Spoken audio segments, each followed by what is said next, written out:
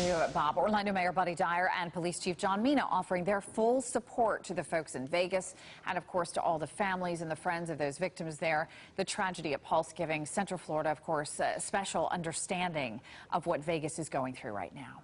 We understood how they were feeling, that we had endured such a tragedy, and I believe that it is our unique responsibility to share our knowledge and our experience.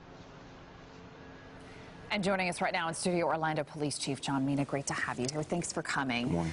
So we appreciated you calling in yesterday as well and just talking to us about sort of your initial reaction when you hear this is happening. I imagine you woke up to the news yesterday. What was your initial thought? Just heartbreak for the people there in Las Vegas, for the Las Vegas Metropolitan Police Department. Seeing those images on the TV yesterday, brought back a lot of memories of Pulse. We see the same kind of images, people running, law enforcement going towards danger. So it was tough. You actually have spoken to the sheriff in the past, right? You're familiar with this department. What are your thoughts on how they will move forward and any insight you can lend to them, having been through what you've been through? I know Sheriff Lombardo for several years now. He's extremely professional, experienced law enforcement officer, and he is a good leader. He will get his department through this. And number one, giving officers the time to heal themselves and the counseling they need is going to be very, very important moving forward. Chief, what advice do you give to people who are sitting at home now and saying, I'm scared to go to a concert, I'm scared to go to a nightclub, I'm scared to go to a movie theater? What do you want the average person to know that you guys are trained to know? Well, I would say go about your lives, but be very, very cautious. Be aware of your surroundings. That's the day and age we live in now.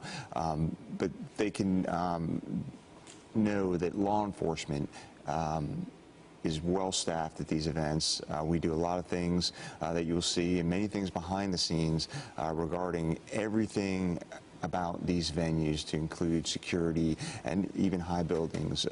But we need the community's help. Certainly, when people see something that looks at a place, they can let law enforcement know about it so we can handle it. I thought it was interesting this morning. I heard someone talking about how when a law enforcement officer goes into a venue, a concert, wherever, they're always looking for exits. Not because they're paranoid, just because they want to be prepared. But should the average person be doing that too and saying, okay, I know there's an exit right there, but you need to know where every exit is? Yes, yeah, you need to be aware of your surroundings. You need to know where all the entrances and exits are. And unfortunately, in these times, you need to know where hard cover is in case you can't escape an incident like that. I want to talk to you about National Night Out because it is tonight.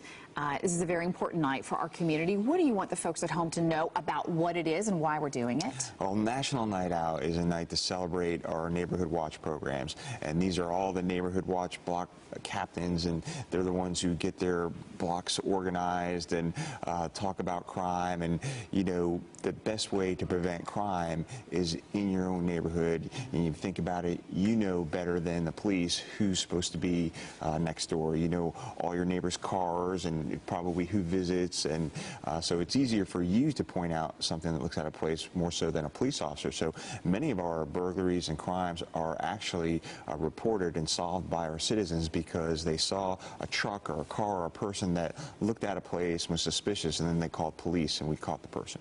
How helpful is it to you guys to have a lot of homeowners even have a camera on their front porch now? They can see what's actually happening. It has really helped change the game for us. Many people have video surveillance. People are taking photos with their cameras and with their cell phones. And really, I believe that is why we've seen this downward trend over the years and why crime is going down, because people know that, well, if I commit this crime, there's a chance I'm going to be on video, and it's easier for us to catch that person. So tonight there will actually be an event, right? So what do people need to know about that? I imagine we have some info to tell our viewers about too. Yeah, so in the city of Orlando, there's nearly 70 Neighborhood Watch programs and block parties going on. So, I'm sure there's one near your neighborhood. Go by and see what it's all about. And then, so at these block parties and on our website, there's information about how you can start your own Neighborhood Watch program and take control, be invested in your neighborhood and help prevent crime. And it's just good to know your neighbors, so always great to have you. Yeah, Thank you so much, Chief Mina. We really appreciate your insight today. Okay, let's send it back to Bob.